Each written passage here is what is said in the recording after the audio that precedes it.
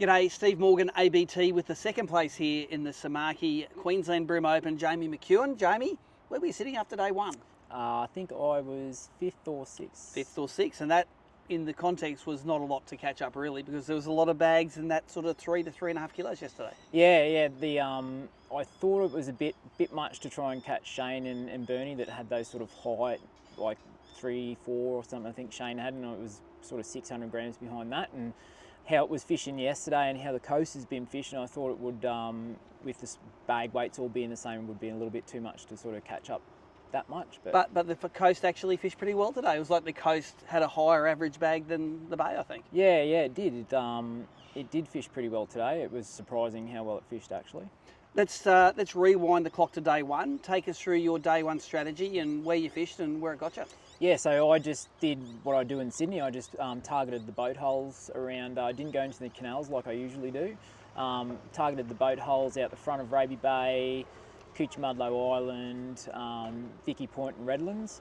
And I predominantly threw the stick bait and the hybrid shrimp and some crankbaiting, but I was using the forward scope a lot with the stick bait. Well, give us a look at the outfit you're chucking it on here and take us through your stick minnow technique there. That looks like one from adamantfishing.com.au. Yeah, it is. And it's just on, I think it's 3 pound or 4 pound straight through. Yep. It's on the Samaki. That's 2500. Yep. And it's the C1273, I think it is. Yep. The new C12s.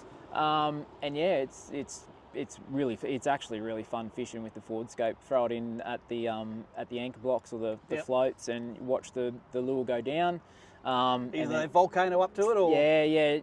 Yesterday it was sort of sinking down in amongst them. They weren't taking a lot of notice of it, and just give it a couple of rips up, and they'd just shoot straight up for it. So yeah, it was good fun. At any point, do you stop watching the scope and then just start watching your line as you're rolling it? Not really. You no. just like watching the I scope? just watch the scope, watch what they're doing, and it's pretty addictive. What brand fluorocarbon's that and what strength? I think it's 3 pound. I couldn't tell you what brand it is. I got it from Sporties.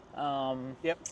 I don't know whether it's the Femel one or not. Yep. But yeah, it's like a 300 metre spool, so I'm not 100% sure. So bought it when I got back from Sydney. There you go. All right, so stick minnows and some on cranks and some on hybrid shrimps. Yep. How many fish for you day one?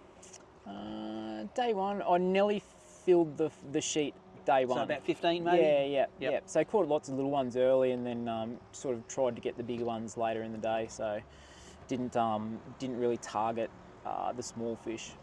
Take us through day two then. Of course, day two we moved to the new arena on the Gold Coast, based out of Jabiru Island here today, because the Gold Coast Marathon's on. What was the strategy? So today I was going to fish the pontoons out the front here that were good to me last year, then shoot down to Jake as well, fish the boat holes, and then go into the canal there. Yep. And how'd it work out? So he wasn't very good. I caught one, I think it was 23 forker or something like that. Went down and done the boat holes and filled out the rest of my bag on the first boat hole I got to.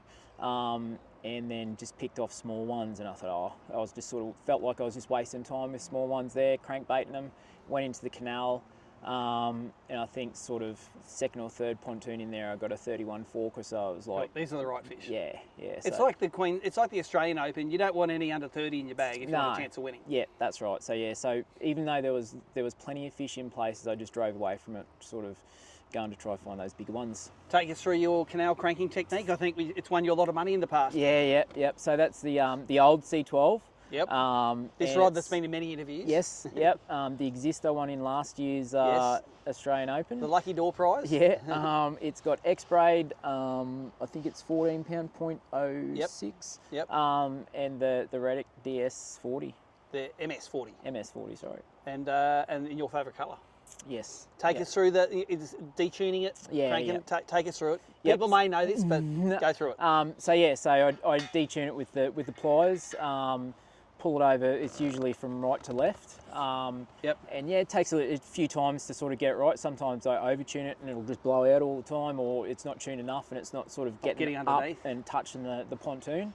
So got to get that right. Like you actually do need to get it right. You need to take the time to get that sorted out. And then once you've got it honed in, they really like eating it. I think one of the advantages of the detuned crankbait is you can throw away from the pontoon and swim it in. Yep. A lot of time, if you land on their head, Yep. they spook. So, Yep. So awesome. How many fish for you today?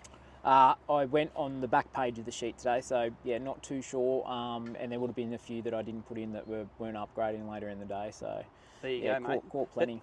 Whole lot of sponsor karma happening right there in that outfit, isn't there? Yeah, Come the end of the day, it was about 60 or 90 minutes to go. You had Luke Rogan by 7 grams. Yeah. Mel was She was updating you? updating me on the scoreboard, and I think I was like 4th or 5th, and I was only 7 grams behind or 6 grams behind Chris Lonnie, and she's like, bit of encouragement. It's like, oh, you only need like a small upgrade to get Lonnie in, then you'll go into 4th or 3rd, and it's like, oh yeah, cool. And then next pontoon or second pontoon up, and pulled the 32 forker, and she said, oh, that'll get you up, and it's like, yeah. And I didn't really think much of it, and she said, oh, do you get nervous if you're leading? I said, oh, not really. And she goes, you're leading, but she said, only by 7 grams. Well, yeah, as it happened, Luke pulled a couple of good key ones. A 33.5, I think, was the one that really slammed that nail in the coffin. And yeah, it's anyone in that top 10 can sort of come through on the last day with a couple of crickets. Look at Chris Greensell went from sort of 10th to 3rd. Yeah, and really happy for Chris to get that. Like, he's been around for a couple of years now, and to get that result, he's pumped and really happy for him. And congratulations to Luke, because I know he had a fair bit of company around there at Sovereign Isle. I know there was a lot of boats fishing around there. Chris was around there late, and he said there was boats everywhere. So yeah, to be able to pull those upgrades late in the day, that's pretty cool. That's how it happens. Anyone you want to thank? Josh, Samaki, Tony, Sporties, yourself and Nicole.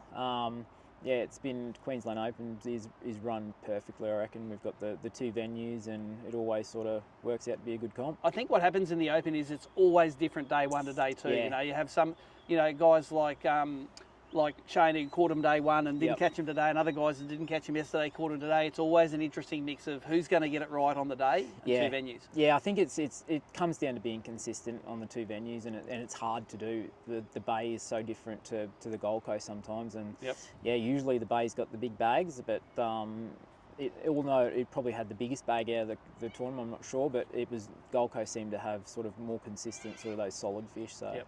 Well, there we go, another Samaki BREAM Queensland Open in the books. If you want to check out the full results, abt.org.au, but that's it for the Open this year. We'll see you 2027.